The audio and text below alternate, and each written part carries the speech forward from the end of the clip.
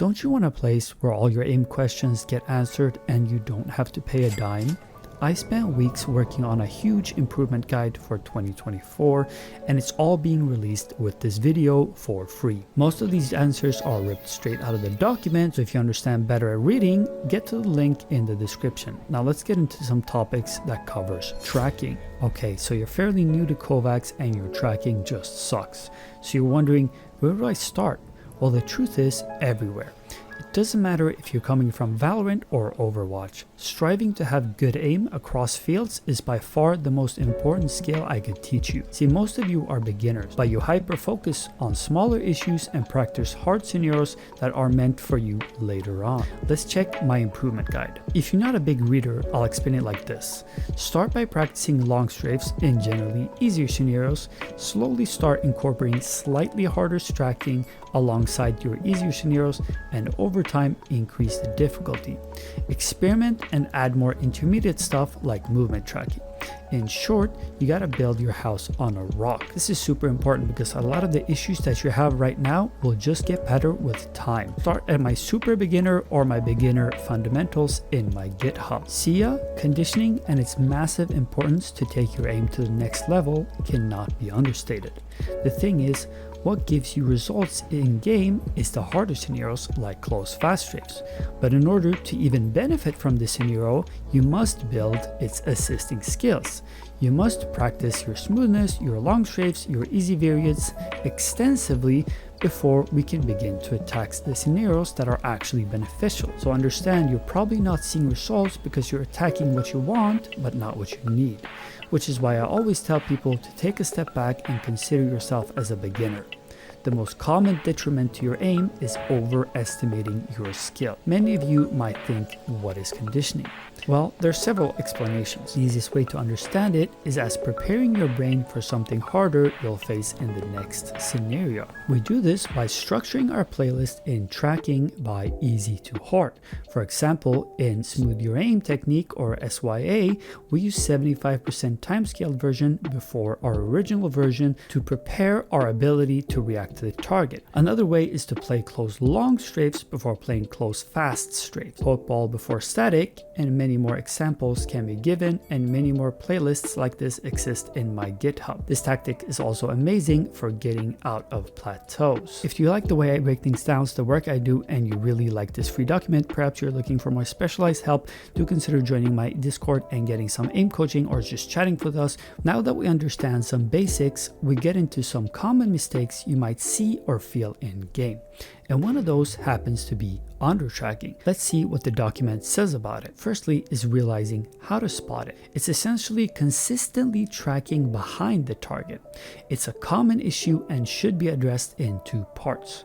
Firstly, ensuring you have solid fundamentals before niching into this issue, because a lot of these issues do get solved by themselves over more playtime. If you're already decent, however, work on faster yet easier scenarios that encourage you to match the speed of the bot. Think of stuff like swave track and faster centering variants. Generally, two playlists I can recommend here is my smoothest fast playlist for intermediate users and an undertracking playlist for beginners.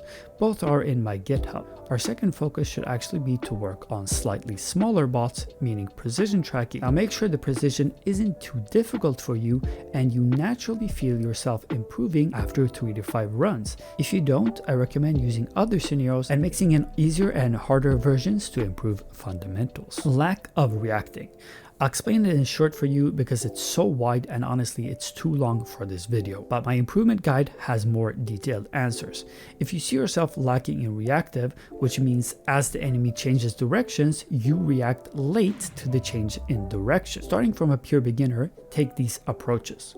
Number one is to work on fundamentals of reactive. This is your long strafes, your easier centering, and generally easier versions of fast strafe scenarios. Important is to get really good on these before moving on. Number 2, which is to spam reactive strafes. This is your close fast strafes, your mid-range fast strafes, the SSGP9, and slightly harder scenarios. Step 2.5 is where you can incorporate movement tracking into the mix, and the last step, number 3, is to work on evasive reactive such as air scenarios, V-sphere, and generally scenarios that involve more precision and speed. Important here is to mix and match these steps and realize everything should be somewhat intermixed at easier or harder variables. Lack of precision. A sign you're lacking precision is the inability to glue yourself to a specific body part of the enemy. For example, perfect precision means you're matching both the enemy's speed and size.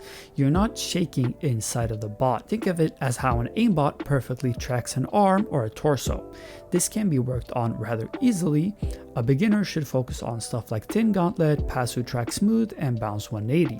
Generally stuff that moves more predictably in order to eliminate those shakes. Intermediate to advanced people should focus on smaller yet somewhat slower moving bots like precision track, steady track, or even something harder like V-sphere. Shaky aim and its correlation to tracking and smoothness is actually quite interesting.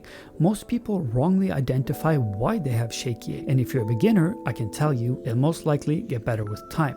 Since you're not shaking because you're shaky, you're shaking because you're lacking the skill to smoothly track the bot. So your body compensates by shaking in hopes that something will hit. Number 2 is by playing easier scenarios and not playing hard reactive. So ease down on the hard reactive and play easier smoothness. Is pretty self-explanatory. Smooth your own wrists, not crazy intense reactive, etc. Number 3 is region scenarios. These are extremely useful for handling shakes since it punishes you for missing because the bot is regenerating its health if you do. That way you're getting a live feedback to when you shake and miss and when you track smoothly. Lastly is actually a little bonus tip for you guys who stayed until the end. And this is the answer of having a bad starting point, meaning as you go to shoot someone, your starting point, that is your first shot accuracy, is off. And this often results in throwing off your entire aim. And a lot of times if you can't really pinpoint on why you're missing and you don't really understand what's happening, this first shot accuracy is actually what's hindering your tracking indirectly. And we work on this through static and having proper static technique, which is why I recommend you to watch part 1 of this series, which will teach you on how to do exactly that. So that's it, guys. These are just some short takes from the document. Be sure to check it out if you like this style of videos. Thank you guys for being here. It's a really fun ride with a lot of ups and downs. I'm hoping this document will help a lot of people and coaches that look to further their aim skill. Don't forget, I have a lot of free resources in my Discord, such as my playlist GitHub that has over 100 playlists. Let's get insane aim for 2024 together, boys.